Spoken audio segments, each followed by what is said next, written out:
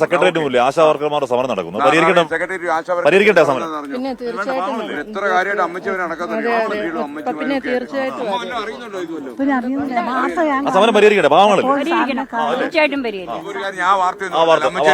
61 ദിവസത്തിലെ കടക്കാണ് അത്. ഇപ്പോഴും സർക്കാർ കേൾക്കുന്നില്ല. അതുകൊണ്ട് കടുത്ത സമര രീതികളിലേക്ക് പോകാനാണ് ആശാമാരുടെ തീരുമാനം.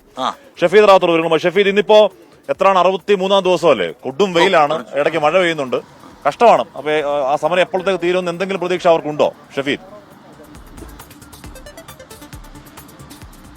ഹഷ്മി, അങ്ങനെ ഒരു പ്രതീക്ഷ സമരക്കാരെ സംബന്ധിച്ചില്ല. മാത്രമല്ല പലതവണയുള്ള സർക്കാരുമായി ചർച്ച, ഒടുവിൽ തൊഴിൽ മന്ത്രി വി ശിവൻകുട്ടിയുമായി നടത്തിയ ചർച്ച, അവിടൊക്കെ വലിയ പ്രതീക്ഷയുണ്ടായിരുന്നു. പക്ഷേ ആ സമരം പരിഹരിക്കുന്ന രീതിയിലേക്ക് ഏതെങ്കിലും തരത്തിൽ കാര്യങ്ങൾ പോകുന്നില്ല എന്നുള്ളതാണ് നമുക്ക് മനസ്സിലാക്കാൻ കഴിയുന്നത്. സമരമാകട്ടെ പുതിയ പുതിയ രീതികളിലേക്ക് പോകുന്ന കാഴ്ചയും നമ്മൾ കണ്ടു. കഴിഞ്ഞ ദിവസം, അതായത് ഇന്നലെ പൗരസാഗരമൊക്കെ സംഘടിപ്പിച്ച കൂടുതൽ സർക്കാരിന്റെ മുൻപിലേക്ക് ഈ സമരത്തിന്റെ പ്രസക്തി അടക്കം നടത്തുക എന്നുള്ളതായിരുന്നു നമ്മുടെ ലക്ഷ്യം. കവി സച്ചിദാനന്ദൻ ഉൾപ്പെടെ ഇന്നലെ നടന്ന ഈ പൗരസാഗരത്തിൽ ഓൺലൈനായി പങ്കെടുത്തിരുന്നു. സ്വാഭാവികമായും വലിയ അടുത്ത ഘട്ട സമരത്തിലേക്ക് പോവുക എന്നുള്ളതാണ് അവർക്ക് മുൻപിൽ മറ്റു വഴിയില്ല, സമരക്കാർക്ക് മുൻപിൽ മറ്റു വഴിയില്ല. സമരം തുടങ്ങി 2 മാസമായി, ഏതാണ്ട് 63-ാം ദിവസത്തിലേക്ക് സമരം കടന്നു. സമരത്തിന്റെ അടുത്ത ഘട്ടം ഉടൻ പ്രഖ്യാപിക്കും. മാത്രവുമല്ല ഈ സമരത്തിന് പിന്തുണയുമായി പലതരത്തിലുള്ള പ്രവർത്തനങ്ങൾ നടക്കുന്നുണ്ട്. പ്രത്യേകിച്ച് കഴിഞ്ഞ ദിവസം ഈ തൃശ്ശൂരിൽ ഈ ആശാ കേരളം സഞ്ചി പുറത്തിറക്കിയിരുന്നു. അതിന്റെ വിൽപ്പന ഉൾപ്പെടെയുള്ള കാര്യങ്ങൾ സമരത്തിന്റെ തുടർ പ്രവർത്തനങ്ങൾക്കായി നീക്കിവെക്കുന്ന തരത്തിലേക്ക് ജനകീയ പങ്കാളിത്തം ഈ വിഷയത്തിൽ ഉറപ്പാക്കുക എന്നുള്ളതാണ് ഈ സമരം ലക്ഷ്യം വെക്കുന്നത്. ഏതായാലും സർക്കാരിന് മുൻപിൽ ഏതെങ്കിലും തരത്തിൽ അവർ അവസാന ഘട്ടത്തിൽ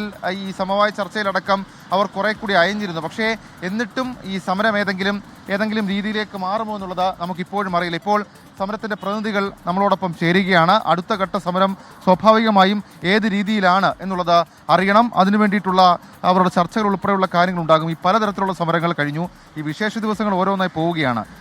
അടുത്ത ഘട്ട സമരം ഏത് രീതിയിലായിരിക്കും എന്നുള്ള ആലോചന ഉണ്ടോ? തീർച്ചയായിട്ടും ഇന്ന് ഞങ്ങളുടെ സംഘടനയുടെ യൂണിയന്റെ സംസ്ഥാന സമിതി മീറ്റിംഗ് ഇന്നിപ്പോൾ നടക്കാൻ പോവുകയാണ്. വൈകുന്നേരത്തോടെ തീരുമാനം അറിയിക്കും. എന്തായാലും സമരം തുടരും, അക്കാര്യത്തിൽ തർക്കമില്ല. ഈ വിശേഷ ദിവസങ്ങളൊക്കെ ഞങ്ങൾ സമരത്തിന്റെ പല രൂപങ്ങളായിട്ട് മാറ്റും. അനന്തമായി ഇത് തുടരുകയാണ്, തീരുമാനങ്ങളിലേക്ക് എത്തുന്നില്ല. അനന്തമെച്ചാൽ ഇത് അവസാനിപ്പിക്കേണ്ടത് ഗവൺമെൻറ്റാണ്, നമ്മളല്ല. ഒരു സമരം തുടങ്ങിയാൽ ഡിമാൻഡ് നേടി അവസാനിപ്പിക്കുക എന്നുള്ളതാണ്. അല്ലാതെ ദിവസം എത്ര പോകുന്നു എന്നതിനെ ആശ്രയിച്ചിട്ടല്ല, മറിച്ച് സമരത്തിൻ്റെ ന്യായയുക്തത. ഇന്നിപ്പോൾ 99% ആളുകളും സമരത്തിന് അനുകൂലം, 1% സമരവിരുദ്ധരായിട്ട് നിൽക്കുന്നത്, അഥവാ വർദ്ധിപ്പിക്കില്ല എന്ന് പറയുന്നത്. അതുകൊണ്ട് ആ 1% അവഗണിച്ചുകൊണ്ട് ഗവൺമെൻറ് ഈ നടപടി പൂർത്തിയാക്കണം എന്നുള്ളതാണ്. ഏതായാലും സമരം തുടരും എന്നുള്ളതാണ് ഇപ്പോൾ ആശാ സമരസമിതി പ്രവർത്തകർ തന്നെ അക്കാര്യത്തിൽ പറഞ്ഞിട്ടുള്ളത്. സർക്കാരിന് ഏതെങ്കിലും തരത്തിൽ സമവായത്തിനുള്ള ശ്രമം നടക്കുമോ, അത് ഏത് രീതിയിലായിരിക്കും എന്നുള്ളതാണ് കാത്തിരുന്ന് കാണേണ്ടത്. ഹാഷ്മി.